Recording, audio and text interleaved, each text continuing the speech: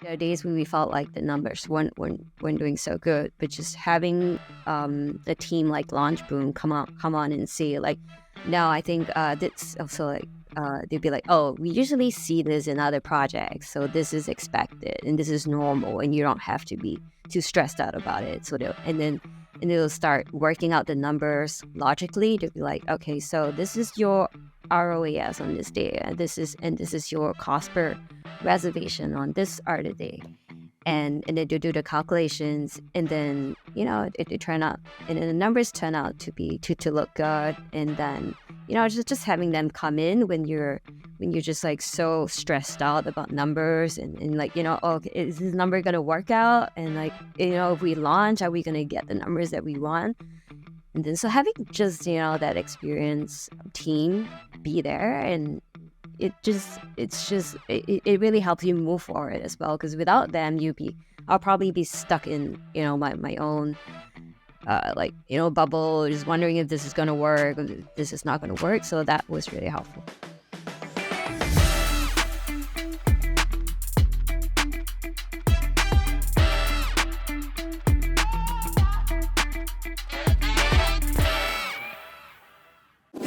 Hey everyone, welcome back to the Masters of Crowdfunding podcast. Today we have Audrey Lim.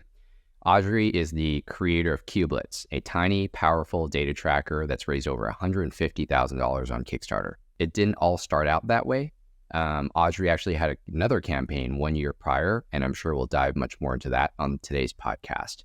First off, welcome to the podcast, Audrey. Hi, thanks for inviting me. Absolutely. So I thought it would be cool to start out with like where you were at when you and I first met, Audrey. So you had your first campaign, I believe it was 2022. Yeah, 2022 when you were running your first campaign. Your first campaign was really live and it actually exceeded its goal, right? Yeah. And then you and I connected and you said, hey, I'm looking to raise a little bit more. What else can we do? Let's start there. Like, what was your recollection of what happened and what your thought process was as a creator? So what happened was that when we first connected, it wasn't after our first campaign. It was before our first campaign. So we were preparing for our campaign. And so we're completely new to this. I mean, I'm completely new to this. I'm the sole founder of Kublet, and I'm the main person working on it. So it's my first Kickstarter campaign. And the idea came to me in January 2022, and it took me about 6 months to get new prototypes together and just put my idea together. And I was considering a few things, like whether to launch on Kickstarter or whether to do a pre-launch. And I did a lot of Googling on like what people do, and I already knew Kickstarter back then because I'm in touch with the tech community, and so I knew Kickstarter, and so Kickstarter was like a natural first, like one of the first platforms that came to mind. So when I was doing research on Kickstarter, I did Googling, and then I found Launch Boom. And I think I contacted Launch Boom, and I think I spoke briefly to you back then, before we launched our first campaign. And then you explained to me the reservation system that Launch Boom had, and you told me about your clients. But back then, not knowing anything, one of my thoughts was, why not just do it myself and see how it goes. So just wanted to save the money, just wanted to figure it out on my own, try and bootstrap as much as possible. So after speaking to you, my thought was, I'm just going to try it on my own. And I did. And then we launched in, when was it? August 2022. Yeah, so it was pretty rushed, considering that we started in January 2022, and then like the entire process took 8 months before we did like we did a quick launch. And so we ended up raising 25,000 on Kickstarter, which, as you said, exceeded our goal of 10,000. But then we were still, I mean, internally, we were hoping for more, and we felt like we didn't do a good job. And then we kind of reflected on what went wrong, and like, still we wanted answers. And then I reached out again to you, and I think that's why you remember. That's what I remember as the first. Yes, you remember the second time we reached out, but you forgot that we actually connected before, and you told me about. So that's a short story of what happened. Got it. So yeah, you fast forward to Q4 of last year, you raised, or Q4 of 2023, a year after the first launch, and you raised over $150,000. And you worked, very closely with Justin and Hera on that project from our team. What were some of the things that you did differently from between your first campaign and your second campaign? Yeah, so I think there were two major changes we did. One was definitely we did change our product.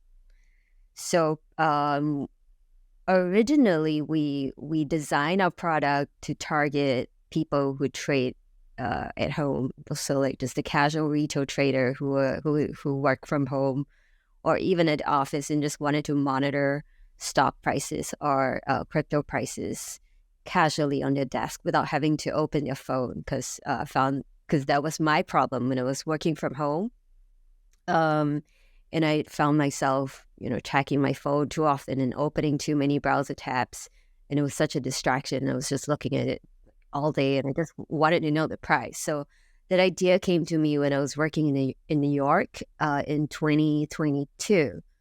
And so when we designed our first Kickstarter campaign, it was just that. It was just like stock and crypto prices. And then through our first campaign, well, the good thing about the first campaign was that we got a lot of feedback from that too. And then we thought, like, let's not wait to pivot our product, like later on. Let's just do it now. Let's open up our platform to people who just wanted to monitor all kinds of data and not just limited to stocks or crypto. So we redesigned our messaging and our marketing, our positioning as a product for our second Kickstarter campaign. And I think that also opened up a lot more interested people who didn't just want to use it for stocks or finance. So that was one thing. And then the other thing was we found, so LaunchBoom has this really, I think, a very useful technique where you call it the reservation system. And I think that worked really well for us. Because what happened in our first campaign was that we had, what was that? We did do the email collection. We did use the email collection system where we advertised, and then we had people who were interested sign up, put their emails. We gathered about, let's see, how many? 8,000, about 6,000 to 8,000 emails. But it didn't have, so the difference between this normal email collection system and LaunchBoom's email collection system is that you guys add a VIP reservation system, right? Where people who are really interested in purchasing our product at a special discount on Kickstarter could put $1 on our website, and then when we launched, they were entitled to that special price. So we didn't have that system, that $1 reservation system in our first campaign, but we had that for our second campaign.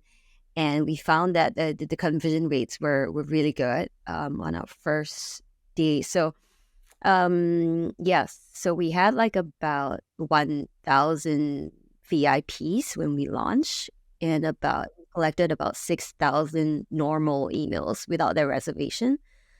And then we raised about 50,000 on the first day on Kickstarter, compared to the first Kickstarter where we didn't have that VIP system, and then we only raised like 9,000. Like, no, I think it was less than 9,000. It was like 7,000 on our first day. So it was a big difference, even though the number, like the email list, was the same. Mm-hmm. So it sounds like a couple things, like you got the product out there for your second campaign and your second launch, you were able to get the product out there from your first campaign and gather that feedback and change their product positioning and messaging. And then also further validate that list with the reservation funnel to get higher quality leads that convert at higher rates. Correct. So it was a combination of this two. Got it. So that's we harp on the second point all the time, like with the reservation funnel, and a lot of people talk about that nowadays. But to your first point, I think a lot of people still aren't thinking about that a lot yet. We tend to see a lot of people, especially products engineers and designers, like build for their own personal use case or one specific use case. And then they go out there and push the product for that one use case. But like in your situation, and in many actually of our client situations, we see that once they throw it out there, there's all these additional use cases that they might find that expands their target market, their sales and marketing, et cetera. So can you just talk a little bit more about that, and what were some of the other markets that you were able to expand to outside of finance? And how did you find that out too, Audrey? Yes. So when we marketed it during our first campaign, it was mainly on Instagram and Facebook. And so it was a combination of comments on our social media, people writing to us, emailing us directly, as well as comments on our Kickstarter, comments on our direct messages on Instagram, direct messages on Kickstarter as well. So it was just a combination of all these platforms we were using. And it was just like, it was pretty significant and sort of overwhelming in that people were asking for a lot more than just stocks in crypto. Some of the industries so people wanted to use it to track the blood sugar. I think they have people who want to constantly track the blood sugar have a device that they attach on their body, and then it sends data to their phones or to like a web server, and then so my problem was that I had to open my phone all the time to check the stock prices, and I think for that group of people, they have to constantly, to know what the level is. They might get an alert on their phone, but for that group of people, they still have to keep tracking their phone. So that's also another group where I think it's also nice to have a little monitor at their desk, so when they're working, they can easily glance at data. And not have to worry about what the numbers might be. And so what our platform is about is that we don't provide data at all. We're just a middleman. We just provide the monitor, and we provide a platform where it's easy for users to select. So we do all the programming in-house. We connect our backend to APIs that are available, third-party APIs that are available, whether it's public or private. And then, so in the case of the continuous glucose monitoring, if an API is available, all we do is we connect we just connect our backend to that API that's exposed. So we don't provide data. We don't track your data. All the data is communicated directly between our device and the endpoint that exposes that data. So we just make it easy. We're not responsible for any of the data. All we do is just provide hardware and software to make it easy to monitor that data. So yeah, people wearing continuous glucose monitors. I feel like unless you're diabetic or you're a biohacker or something like that, it's not something that you and I, like a regular person, would have thought of for the use case, right? But when you get the product out there and people see it, then they give you all the different ideas of the different use cases. And I think that's one of the, one way is to like throw the product out there and advertise, collect emails, and launch a crowdfunding campaign. I think a lot of people used to do that and use Kickstarter for that. But I think now crowdfunding has shifted a little bit where I think a better way to get it in front of the market is using that dollar deposits, right? Showing people the product in advance, even if it was like a year in advance of your launch, just throwing out there with a couple $100s in advertising spend, and then seeing people's like DMs, comments, email messages to see, okay, what are the other different use cases and product positioning? Yeah.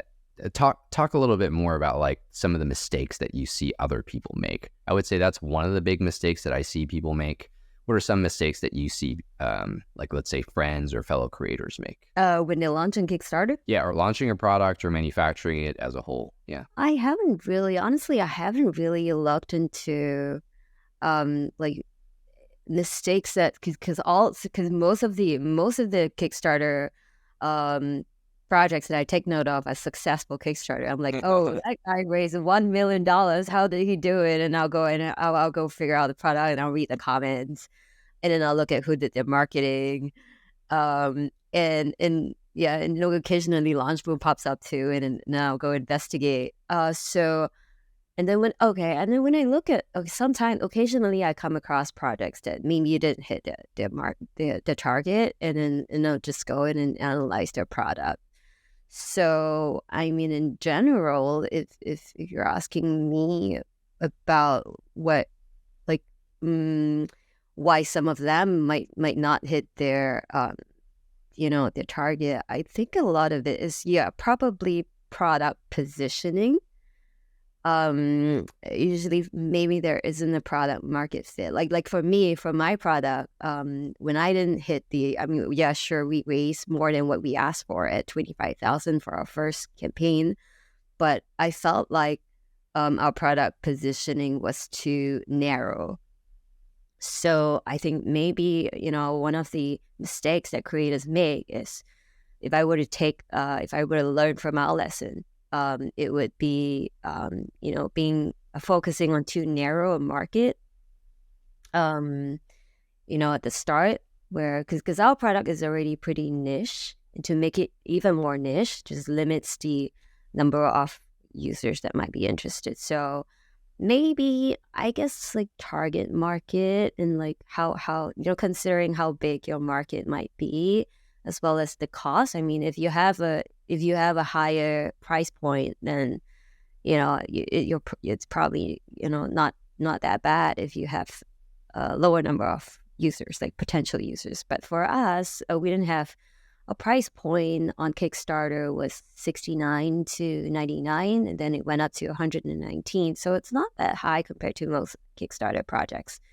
Yeah, so we didn't need that volume. Product market fit, that's, I think, by far the biggest thing that any creator and founder and startup could focus on. And I can't emphasize like that enough for like all the people that are listening. Like just really, reservation funnel or not, Launchboom or not, like go out there and put your product out there, start advertising it, and talk to your customers as soon as you can, right? Mm-hmm. So you talked about launching like maybe just on your own website, and you were trying to decide between crowdfunding and other methods of launching.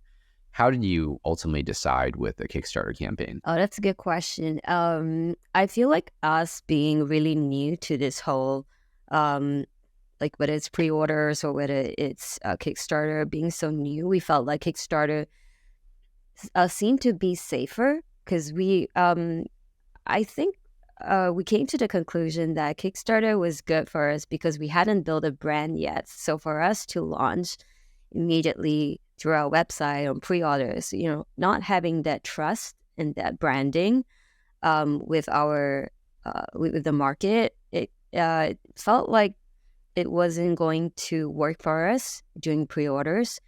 Whereas if we launch on Kickstarter, then we also have, we could also tap into the Kickstarter base of users where people were more willing to back a first-time Kickstarter, even though it was more risky. So there was that user base on Kickstarter that seemed like, they were more willing to back first time creators.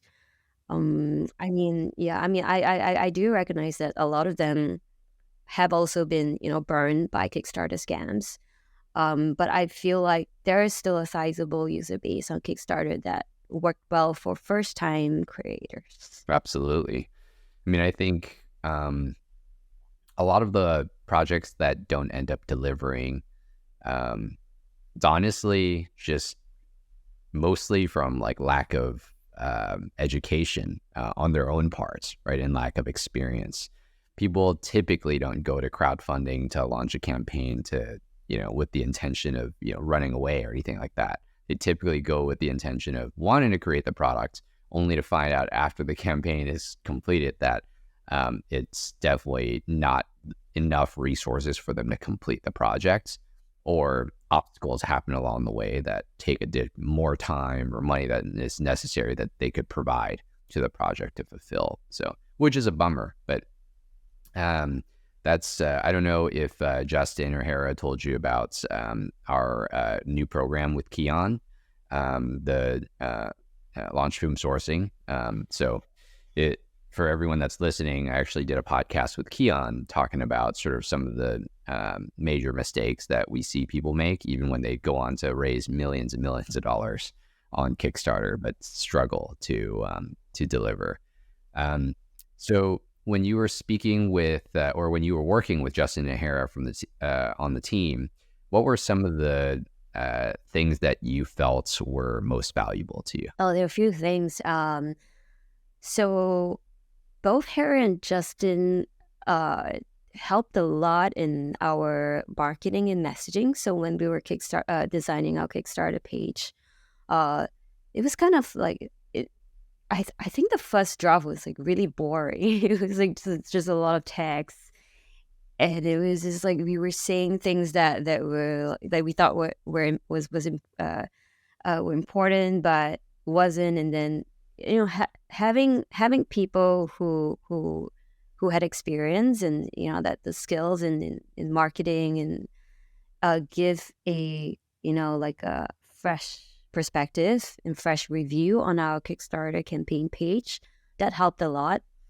I mean personally, when I compared our first draft and like the draft that we made after speaking to them, it was definitely a lot better. The more pictures, it was more to the point. It wasn't like a lot of text, and we weren't trying to say too many things, but we still got the point across. So having that expertise was important for us.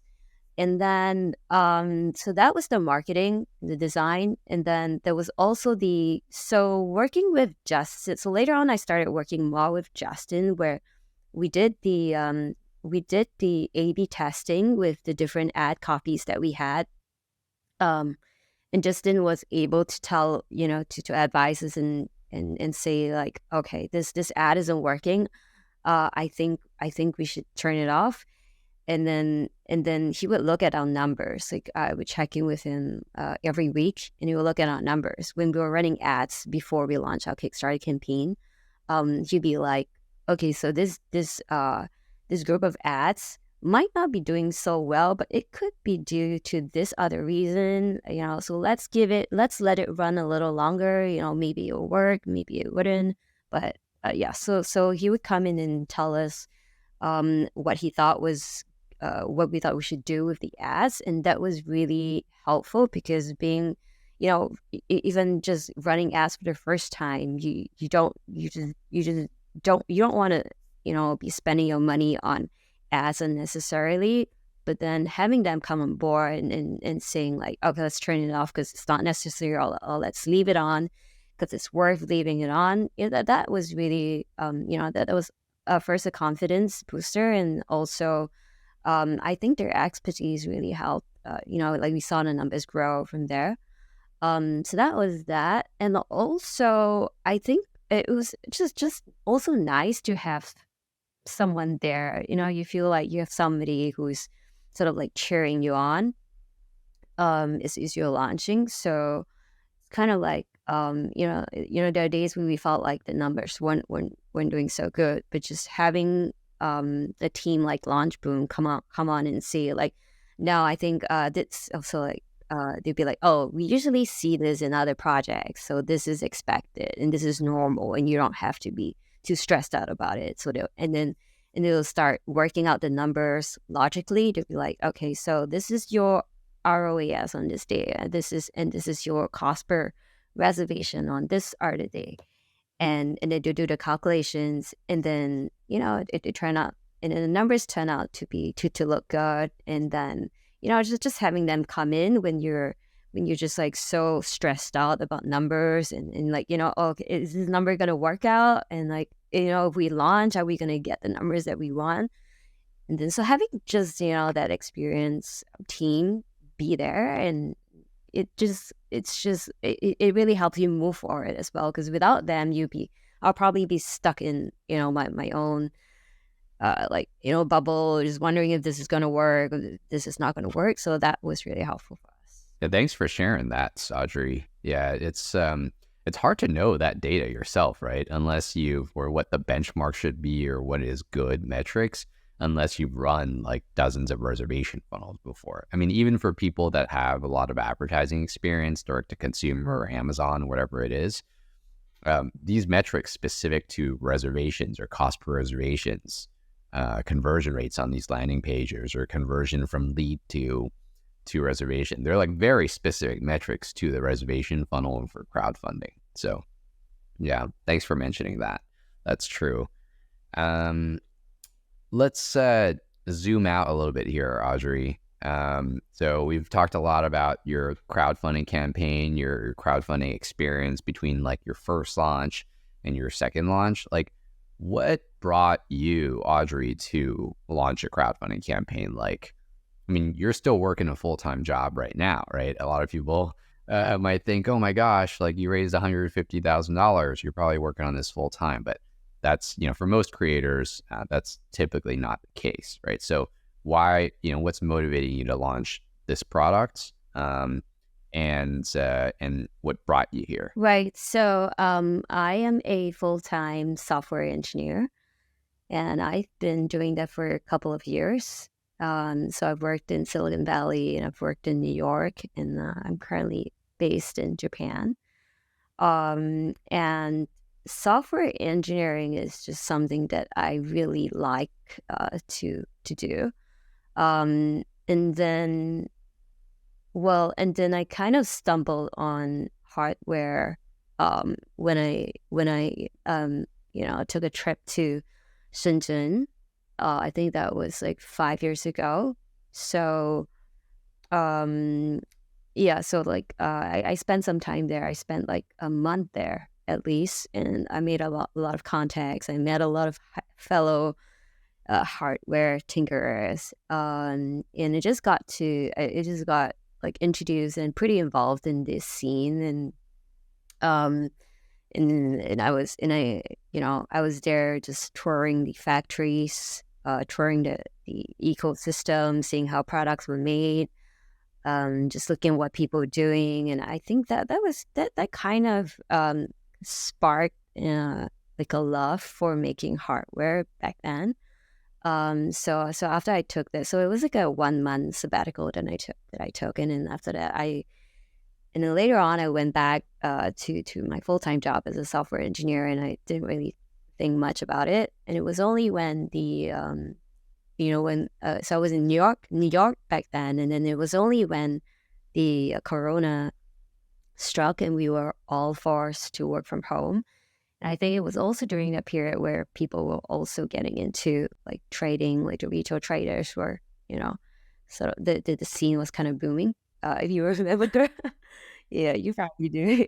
Don't. Yeah. Everyone was a trader back then. Yeah, everyone was a trader. Yeah, yeah. I see. Yeah, I look at your smile like, Kevin knows something about this.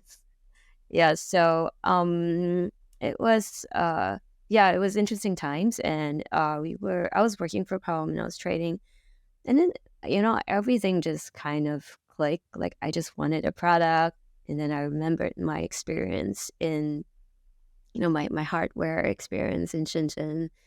I remember and I also had the skills to write the firmware, and I knew enough to put a little prototype together. So everything just clicked. I mean, I think at the back, I think at the back of my mind, I always thought that I wanted to do a hardware startup or hardware, and make a business out of it, grow a business out of it. But I just never really I never intentionally thought, of like quitting my job and like, okay, what do I do and what do I make? It was just like everything just clicked. And it felt like I had the right, I knew the right people to contact. Um, I knew how to put a prototype together. I knew how to write the firmware, and I wanted it for myself. And I sort of like immediately had a vision of what the product should be and what I wanted. Because it's a lot easier when you're designing products for yourself, then you know how it's supposed to look like, rather than saying, "Oh, I want to be a hardware entrepreneur, so I'm gonna quit my job and like, okay, let's get funding and like let's figure out what we're gonna do." So for me, it was more like everything just clicked. I wanted it. I could do it. And I thought like it'd be interesting. And also, I think I've always wanted to do like my own. I just wanted to try making things and selling things and grow a business out of it. I just never had any like ideas on what to do. So this came and it was the right time. And um and I felt like I could bootstrap it as well. I mean, it's a little tough because that meant taking time off my work, and not taking time off my work, but just taking time outside of work, and sometimes having to sacrifice some social, um, like events. Yeah. So, um, yeah, but it worked well for me, and yeah, but I do. Yeah, I mean, eventually, if it gets to a place where I have to do it full time, then it's something that I would probably do when it gets to that stage. So what are the next steps like for you and for the business? Right. So we move into e-commerce next month or the following month, like somewhere around March or April. So next month we start shipping our first. We're targeted to start shipping our first batch of Kublets to our users, and then and then we're gonna gather feedback and iterate the product, and then we're gonna ship the rest out later on, and then we start moving to e-commerce like after. So once we move to e-commerce, that's when we would we're gonna do like direct to consumer at the start, and then we're gonna see how that goes. So the next few months, a lot of it will be focused on marketing and just like, yeah, targeting and selling it direct to the consumer. And then later on, we're definitely gonna introduce, like we're thinking of introducing new products to our business. But that will be later on. Where can people find the products? Our website, thekublet.com, thekublet.com. And yeah, that's where we're going to sell. We're going to sell it direct on our website. And it will also be available on Amazon later on. Awesome. Yeah, I think the product's going to crush it on Amazon. Like I told you when we were hanging out last month at the Consumer Electronics Show. So really excited to see that. You're really excited. Yeah. I mean, it'll take some time to like build reviews, etc. But I think it's definitely with the price point and it's easy to get, right? Like people will see it and they'll understand it. So, so you said you took a month sabbatical and went to Shenzhen. Like, did you have an intention behind it? Like, were you just taking a break and decided to visit like that? Why did you decide to visit Shenzhen, and what made you want to all of a sudden, like people don't normally go on vacation and tour factories, right? Yeah. So what happened, the backstory was that, so when I was working in Silicon Valley in San Francisco, they have a space there called Noise Bridge. It was a maker space. I don't know if you've been there before. Oh yeah. I spent a lot of time at Noise Bridge. Oh my gosh, really? Yeah, it's a cool place. So I went there when I was there, like pretty like a while back, And I like the place, and I met some hackers there, and they were like, "Oh, I just came back from this trip." There was this hacker that was doing like tours too. He doesn't do it now, but he does tours to China and like factories in China. It's more like an educational trip where you go and then because he has a lot of connections there, and then you just go exploring the factories. Um, and so we were just like tagging along in that little tour group. Um, so yeah, so I went. I heard it first from a hacker at Noisebridge in San Francisco, and then it was a while later where I just wanted to take a break from work, and the timing was just right, so I signed up for his tour, and then like we just went around China, and we got to see a lot of stuff, and then I ended up spending a month in Shenzhen, with the people that I met on the trip, just people that I met along the way, and people who, which is like also really love hacking, and like, they were engineers as well. They knew what they were doing, so I also learned a lot from them, and it was a really fun. It was a really fun time. I learned a lot. Yeah, the Norisbridge crew is so special. I don't know if you know Ruth Wong, Yeah. but she was one of the people that's helped do fundraisers, etc., for Norisbridge. And for people out there that are listening, Norisbridge is like a community-run organization. So there's like no one paid to run it or anything like that. It's just all the members that are cleaning up, asking for donations, you know, putting the, giving people key fobs to enter, etc. So yeah, it was an incredible place. And when I was running the EcoCube business, I would, go to WeWork, and we had an office there, but sometimes just to mix it up, I would go to Norsebridge and just Oh, spend the so day cool! there. Wow. Yeah. And Ruth, actually, I met her at Noisebridge, and she became one of my engineers for the EcoCube products. So it's a Oh, small world. wow. Yeah. I had no idea, but that makes a lot of sense.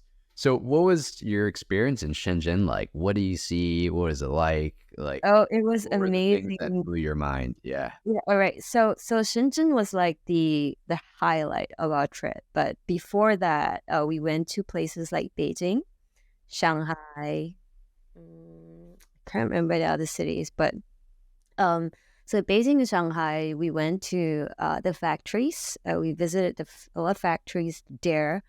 And then they showed us like how they did, like there were like different stages to making hardware, and then there was like the factory that made PCBs, and then there was the factory that made the mold.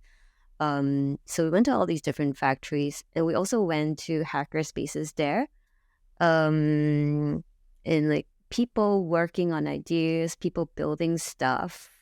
Um, and then Shenzhen was more like I mean, there were some factories there as well, but it was more like the entire ecosystem where like Huaqiangbei was. So I don't know if you've heard of that. Okay, you probably know. So Huaqiangbei is like this big center where they have a lot of malls that sell electronic parts, and it was just amazing. I mean, the scale of it, it's just like um you could yeah, you could just like, if you wanted to build something, you could just like walk to or take a bus to Huaqiangbei and then get the parts immediately on that day itself. There were like all sorts of cool electronic parts there. So I think Shenzhen was more like just seeing what people were building in the hacker spaces there, and just how easy it was to access electronic parts.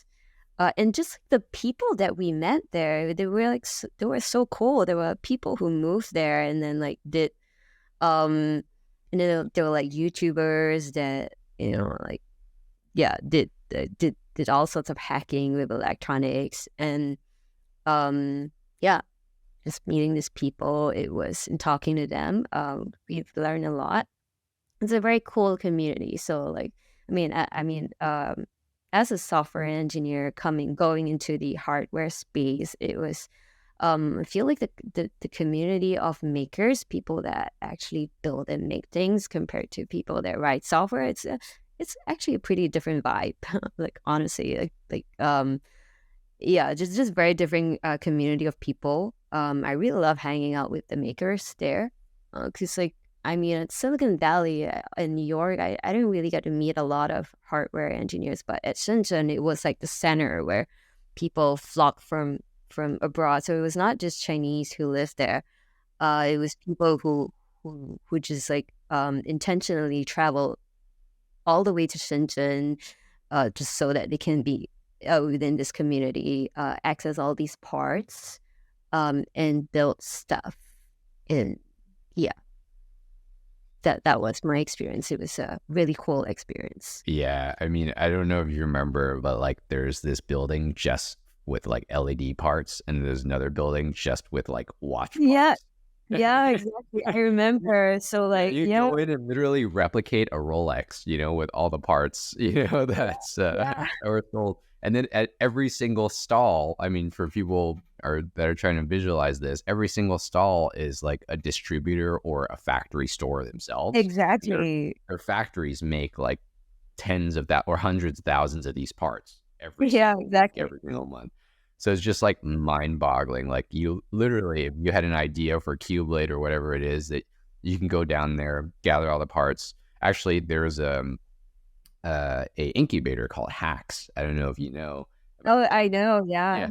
They have an office right upstairs at Huaqiangbei. So all their portfolio companies could just go downstairs, talk to all their suppliers, grab the parts, and go upstairs and finish making their Yeah, prototypes. so cool, right? Yeah, I've heard of Hags, but yeah, I've never met anyone personally that went to Hags, but yeah, I've heard of them. Yeah, I mean, a lot back in 2019, I want to say, like some of the top Kickstarter projects all came out of Hacks. Like something ridiculous, like 5 out of the top 20 or something like that.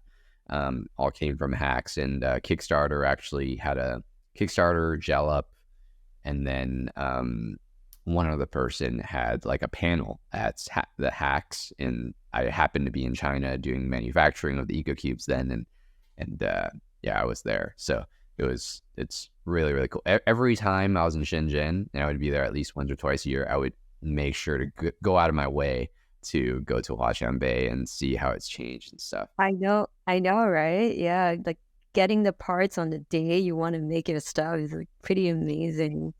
And they give the parts to you for free as well, because they give samples, right? So sometimes you get it, sometimes you pay a little bit, and then you can like, yeah, make it that day.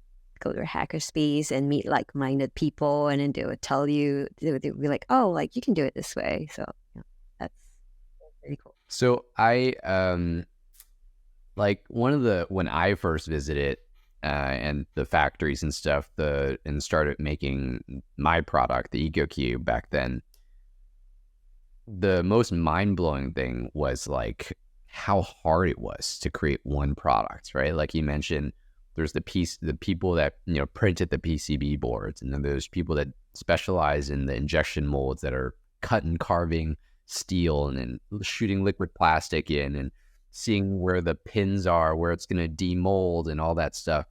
And then when I came back to the States, I looked at like every single piece of plastic with like a level of admiration. Like, I was like, oh my God, look how perfect that clips together, I know, right? How much Yeah, engineering and trial and error in the injection I mold they have know. to get to I that. know. What were some of the most like mind-blowing things, like the like light bulb moments for you when you were touring the factories? It was definitely what you said as well. Just seeing how all these parts, it was like factories that were dedicated to one little part, right? And it was so big in scale, and like just it was just like huge factories that were dedicated to just like like one part, like just making the molds or like just doing PCB boards. Well, when I first went there, honestly, I didn't know anything about it, so I don't remember. So I could have gotten a lot more from my visit, but I wish I could go there again, because I know more now, and like I know what questions to ask. But when I went there, it was a complete blank. I just went there with no knowledge of hardware. just a software engineer, and it just like I was just tagging along and checking and just like following wherever they brought us. And it was just everything was so new, and it was just so much to process at that time. But at the same time, it was just really eye opening, as you said, to be at the back office of basically the manufacturing center of the world, and just seeing how all these products were made. Because we didn't only go to the electronic factories, we also went to like shoe factories, and like companies that made shoes and other products for really well-known brands. And we saw like what in like how they did it, and how quality control was made. It was just it was really just you walk away with an admiration of all these everyday product that actually work. So like even for me making this Kublet, it's a tiny monitor, and well, compared to other electronic products, it's like the laptop. Obviously, it's not that complicated technologically, but still, for us to get this hardware to work, it's still a lot of work. So like even just working on this and coming out of it and looking at all the other everyday consumer electronic products that I use, and and having them work, it's just pretty amazing. So you walk away, as you said, with an admiration and respect for all these things that you use daily, and the entire experience was pretty eye opening. Yeah, it's incredible, all the parts and all the different suppliers of the individual parts that I have to all with different minimum order quantities, etc., that you have to all get together to put together this one final product that we get in the mailbox. It's just, I feel like yeah, and we all take it for granted so much until like you see how it's actually made. Exactly. Were you making was it EcoCube? Did you go to Shenzhen so you could build your prototype there? So yeah, I did a lot of my prototyping in San Diego. Actually, I still lived in San Diego at that time. This was 2013, and we 3D printed a lot of the plastic parts. We had someone that knew how injection molded worked, so we designed the plastic parts according to how it would be properly injection molded. And then there was some like pretty minor, simple LED integrations for the plants to grow. And so we had to like do some light soldering and get people to print PCBs for us for the LEDs to work well, and then like heat sinks with aluminum. And so it started getting, and power supply. So it started getting a little bit more complicated. And then once I had the prototype, Audrey, I thought, okay, hey, this is the final prototype. And I started sourcing different parts from Shenzhen, actually, through different connections that I had back then.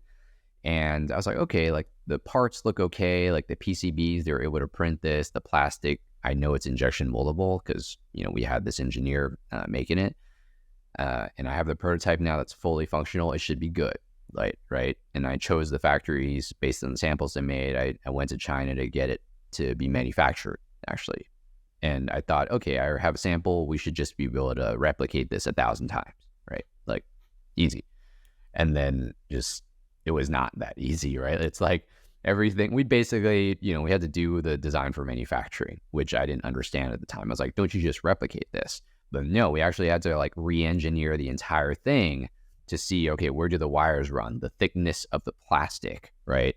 And the drafting, right? So that the steel can come back out. So it's not like a perfect vertical 90-degree angle in the plastic, and and where the pinpoints go so that it's not ugly, right? And which part is clear. And then we would injection mold like this clear piece that came out, and it cooled down, and it would like change by like 2 degrees, and then we couldn't use that part. And it was just all of these like learning experiences. So Oh wow. yeah, it Sometimes was about 10 times harder, or probably like 100 times harder than I imagined. Actually, In a recent podcast between Elon Musk and Joe Rogan, what Elon Musk said was like creating a prototype of, the Cybertruck was easy, or, all of the cars are easy. But going into production with those cars is about 100 times more complicated than just making a fully functional prototype. And I couldn't agree with that more. I mean, especially for a car with all those parts. Yep. Yeah, I can see that. As a product creator and a founder, and I mean, you have a day job as well, like there's got to be lots of ups and downs, right? Like you mentioned earlier, there are days where the advertising performance just wasn't ideal. What are some things that you do on a regular basis that helps you keep you a little bit more even keeled? Like, do you have a exercise routine, or like, is there anything that you do on a consistent basis that gives you better days? Right. So I take walks. So personally, I take walks. It's really because I'm in Tokyo right now, and the weather's really good. And Tokyo is like, the way the roads are designed and the buildings are designed, it's just so nice to take a walk, and it's so safe. So it really helps to clear my mind just walking by myself. That's one thing, and I do walk a lot in Tokyo. And the other thing is, I think really just having someone that you can talk to about business and about like people who've been through what you've been through, and like even just talking to you, right? Just sharing our experiences in Shenzhen and the whole process of building it. It's just so refreshing and so nice to just have that someone where you could share. I mean, it doesn't have to be a mentor or someone who can give you advice. Just having that someone who's been through that journey, knows what you're talking about. Are having like an entrepreneur who may not even be working on hardware, but even software, that, just talking to them, that's also like a refreshing. Yeah, it's well, honestly, it's a little bit harder to find that group of people in Japan, just because I feel like a lot of the entrepreneurs who are making a lot of money and doing really well are like people who are focused on the Japanese market, and they speak Japanese, so they're all the Japanese entrepreneurs. To find English speaking like entrepreneurs in Japan, and like selling their product to the American market, making a product for the international market, that's a bit more rare. It's a bit harder to find here. So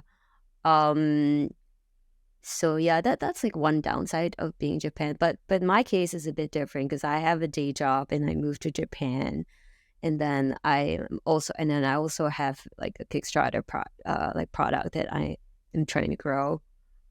So yeah, finding somebody like me, like the similar situation as me here in Japan is going to be difficult. But I do think that having a community of entrepreneurs it's great. Yeah. You could feel so alone sometimes doing it. Like it's hard for friends with normal jobs to understand like all the challenges and ups and downs, and the suppliers calling you saying something went sideways and they're going to be out for a month for Chinese New Year's or something like that. Exactly.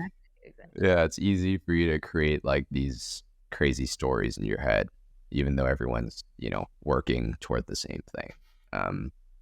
What is one piece of content, book, movie, or, any piece of content that you would recommend to a friend looking to start a hardware business? Oh wow, hardware specifically. I guess it doesn't have to be hardware specifically, just a piece of content that's affected you in a positive way. I think because I work a day job, and because I because I have like, okay, so because I work a day job, I just tend to put on podcasts and just listen to it like in the background, and those podcasts are usually business related. So just like, I mean, it's not like I intentionally want to listen to this person and like, oh, like what can this person like what kind of advice can this person have for my business? It's not like I intentionally seek them out. I just think that having that sort of like, because it's like, as I mentioned earlier, because it's hard for me to find entrepreneurs who understand what I'm going through, just having that in the background and like subconsciously creating that environment, um just hearing from people who want to get, like get better in life, and like just like starting new things, just having that kind of attitude, like and putting it in my environment, it is just like it's just like subconsciously you sort of grow into their attitudes as well. And so that's why I put on podcasts. And then like casually, so I haven't really intentionally sought out a book on like what I should be doing for my business. It's just the attitude that I want to try and glean and absorb. I think every business is different, and I think ultimately you have to find your own way, just doing things yourself and figuring out and making mistakes. Like I wouldn't have appreciated the value of the launch boom system had I not made my mistake. I'm sure it did cost, but like through making mistakes like that, you start to figure out and then you get better. um yeah, so I don't really seek out like like business advice in that sense. And and what was that? Yeah. And also like on a like for entertainment, like lately I've also been watching a lot of Shark Tank. just just to also glean the entrepreneurial mindset and what and like the entrepreneur and the investor attitudes. Yeah, just things like that, just putting everything in my environment, and not necessarily specifically looking for some kind of business strategy or roadmap. Yeah. Yeah, that's so smart of you. Like, even though you don't have access to those people in person directly, I mean, with the internet now, you can surround yourself with the best advice in the world Yeah. more easily. And it's the subconscious that you talked about. Like when you're constantly playing that in the background, I tend to notice, at least for myself, like you start connecting the dots a little bit more. And then like the stuff that you say, like pull in different context and data points from different conversations that you listen to and the decisions that you make. You almost have like that subconscious advisor in your head, Yes. coaching you through the Exactly. process and how to think through things. Exactly. And it's more like their attitudes. Like, so like, like when you listen to a podcast of people who have been successful in like whatever area that you want to be successful in. It could be business, it could be like non-business.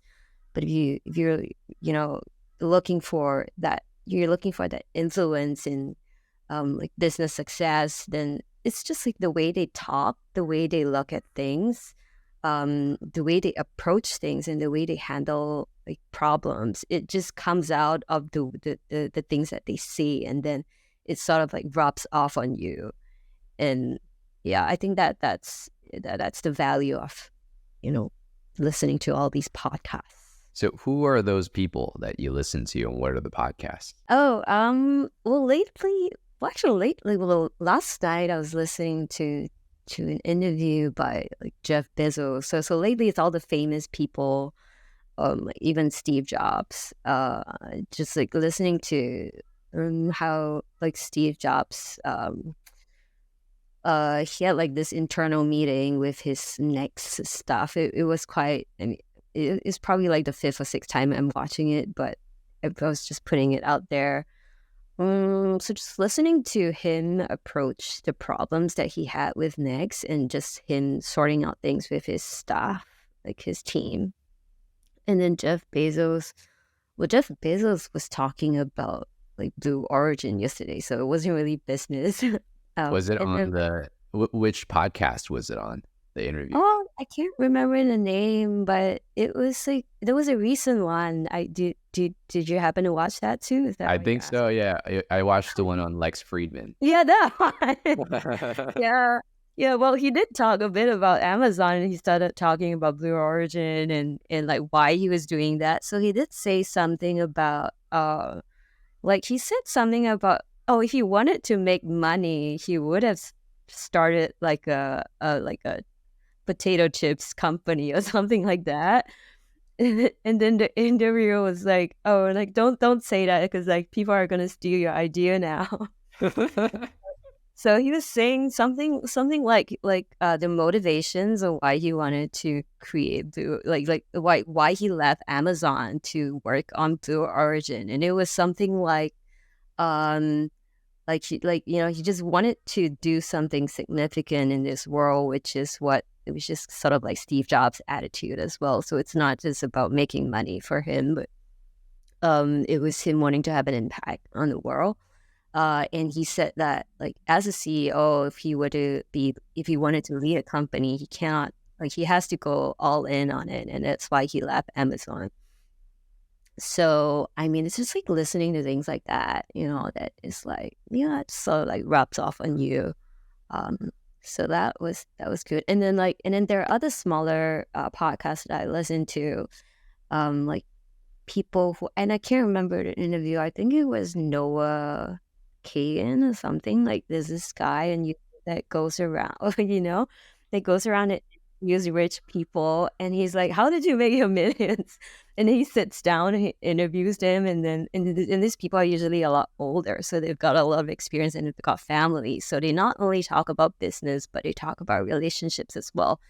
And then, so this guy hit interview recently who makes like hundred millions of dollars, and he's been working on it for like 40 years. So I think maybe that one wasn't Noah Kagan, but anyway. So I think it was interesting because he said something like, because the interviewer asked him like how he got to build such a big business, such a successful business, and then his immediate reply was that like, hey, I've been working on this for 40 years. And like, he didn't go into it. He didn't go into it and say, oh, I'm going to build $100 million business. Like he said, like he started out and then he worked on it brick by brick. So he built on it like step by step, and it just kind of grew from there to where it is.